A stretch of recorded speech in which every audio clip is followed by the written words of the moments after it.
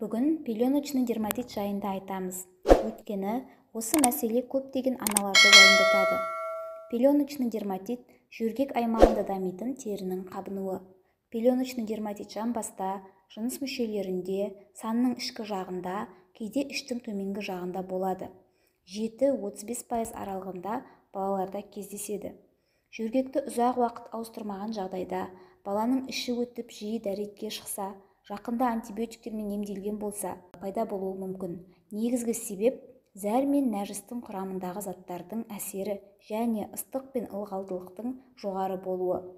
Жөргек астындағы ылғалдылық, ыстық плюс зәр нәжіс қосындысынан тері жұмсарады. Тері тітіркендіргіштігі арта түседі. Терінің қорғаныш функциясын жояды. Микроорганизмдер мен түрлі бөгде заттар да терінің өткізгіштігі жоғарылайды. Нәтижесінде нәжістегі ферменттер қабыну процесін дамытады. Ал бұл факторлардың бәрі кандида секілді инфекцияның және стафилококк пен стрептококкты инфекцияның туындауына әкеледі. Пеленочный дерматит қарапайым қызарудан басталып, үлкен жараларға дейін дамуы мүмкін. Қызару басталған соң 3-5 күн ішінде емделмесе, кандидозды инфекция қосылады, кейде стафилококкты инфекция. Емі қандай? Ең бастысы тазалықты сақтау. Бала үлкен дәретке шыққан бойда ұзақ күтіп отырмай, тез арада жылы сабынды сумен жуындыру қажет. Жөргектің толғанын күтпейміз, жиі ауыстырып отыру керек. Күніне 4-5 сағаттай бала жөргексіз жүруі керек, міндетті түрде.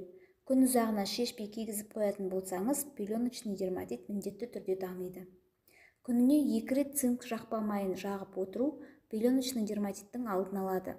Присыпка қолдануға болмайды, өйткені жағымсыз әсерлері пайдасынан басымырақ. Терінің қызарғанын байқаған уақытта осыларды жасасаңыз 4-5 күннің ішінде қалпына келе қояды. Кандидозды дерматит кезінде дәрігер зеңге қарсы препараттарды, ал бактериалды дерматит кезінде антибиотик тағайындайды. Бұл жағдайда антибактериалды жақпамайларды қолдану жеткіліксіз, сондықтан антибиотиктер сироп түрінде тағайындалады. Дәрігерге қашан көріну керек? Қызару, бөртпелер шыққанына 3 күн болған болса, жоғарыда жазылған шараларды жасағаннан әсер болмаса, қанша тырыссаңыз да бөртпелер қызару ұлғайып, жаралар пайда бола бастаса, бала мазасызданып, тәбеті төмендеп, температурасы көтерілсе, іріңдер, көпіршіктер пайда болса, дереу дәрігерге қаралу қажет. Пеленочный дерматит болмау үшін ең бастысы гигиена сақтау керек екенін ұмытпаймыз. Бала денсаулығы каналын қолдап, пікір білдіріп кетіңіз.